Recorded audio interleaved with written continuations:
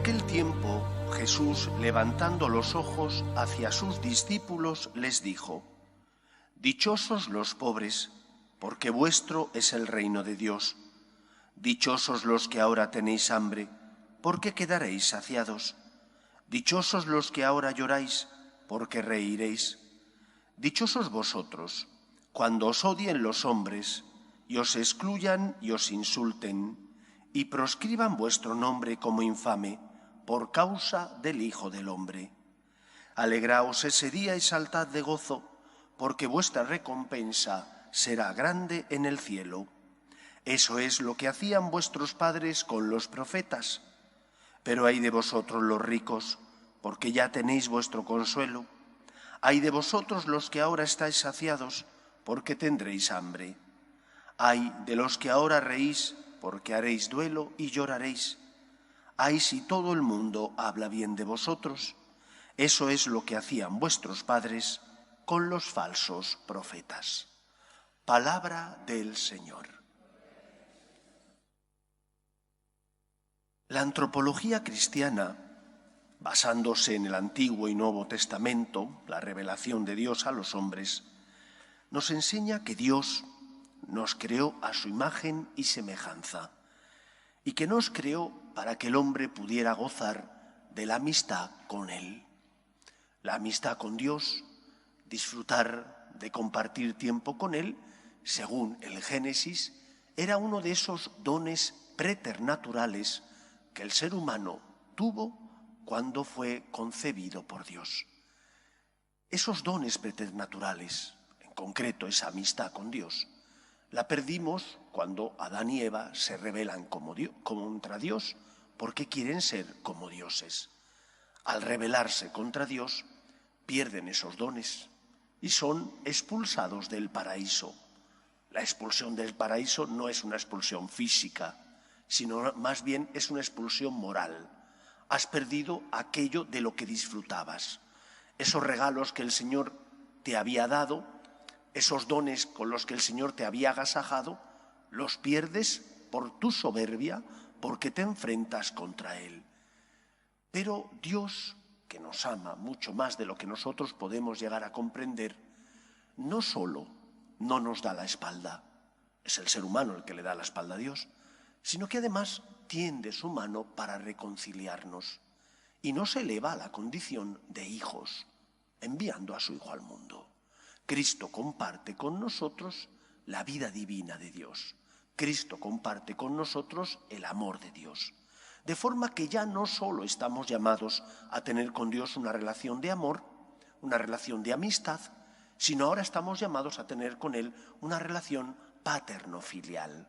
Somos hijos adoptivos, elevados a la condición de hijos por el amor de Cristo que se entrega por nosotros.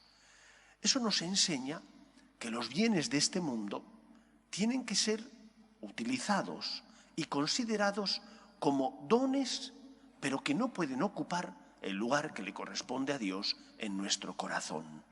Para mí, ¿qué es y qué debería ser lo más importante en la vida? Estar con Cristo, estar con Dios. Y todo lo demás debería funcionar en función de ese deseo.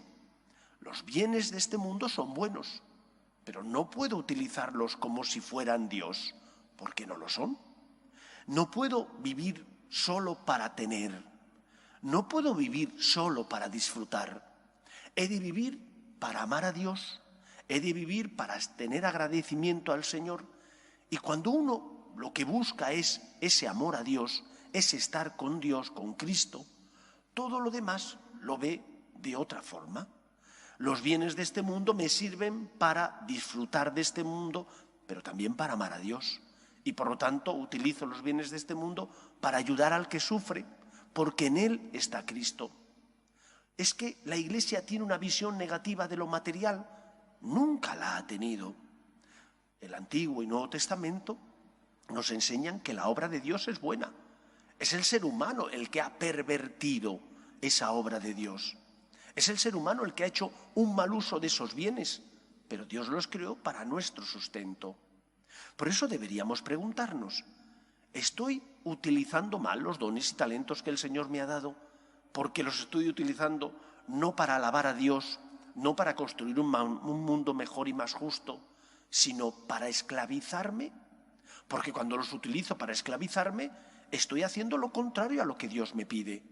Estoy haciendo lo contrario para lo que Dios creó esos bienes, que no son para mi esclavitud, sino para mi libertad. Cuando hago un buen uso de esos bienes, cuando disfruto de ellos, pero también lucho para que esos bienes ayuden a otros, estoy alabando a Dios y estoy haciendo aquello que el Señor desea. Por una parte, que esos bienes no ocupen el lugar que le corresponde a Dios en tu vida. Tu principal motivación no puede ser tener ni disfrutar. Mi principal motivación tiene que ser amar a Dios. Y esos dones y bienes los utilizaré para amar a Dios.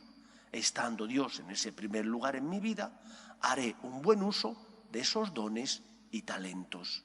Que los bienes no expulsen a Dios del lugar que le corresponde en tu corazón.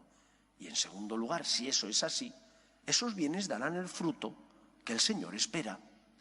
Te los dio para tu bien, para tu sustento, pero también para el sustento de los que pasan a tu lado, que necesitan que seas generoso, que necesitan que tú seas una persona que tiene misericordia del que sufre y por lo tanto tú te sientes llamado a auxiliarle compartiendo con ellos tus bienes materiales, tus bienes espirituales y morales.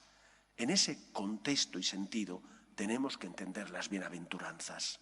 Lo importante es estar con Cristo y los bienes de este mundo nos tienen que servir para alabar a Dios y para crear ya aquí en la tierra un mundo mejor y más justo, haciendo un buen uso de esos dones y talentos que el Señor nos ha concedido.